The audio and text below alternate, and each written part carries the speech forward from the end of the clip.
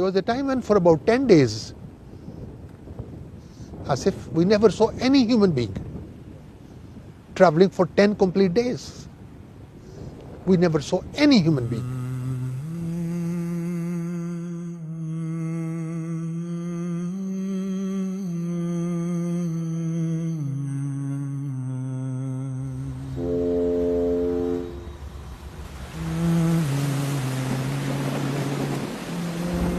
It took about 3 months from Qadian to go to Sierra Leone. It took us more than 3 months. And I became seriously sick, ill, because of that long journey. I remember when we were about to board the ship, every passenger had to be checked by a doctor to make sure that he's fit to travel. So when I went for checking, the doctor looked at me and took my temperature and saw me and saw my condition.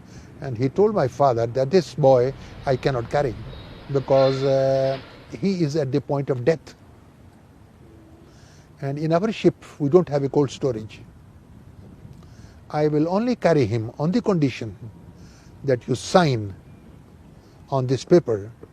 They are the special paper. You sign on this paper that if he dies on the way, you will allow us to throw him overboard. I remember my mother, I was the only son, and she started crying and said, let's take another ship. My father said, don't worry about him. Nothing is going to happen. He said, I do not know when I will get another ship. I am a missionary. I have been assigned a duty by Hazrat Amir al-Momin. I faintly remember that he held my hand, my arm, and he told the doctor, he said, where do I have to sign? And then he jokingly or very sternly also said, if he dies, throw him into the sea, but nothing will happen to him. So that 11-year-old kid is over 75 years old now. When Allah Ta'ala wants to save you, miraculous things happen.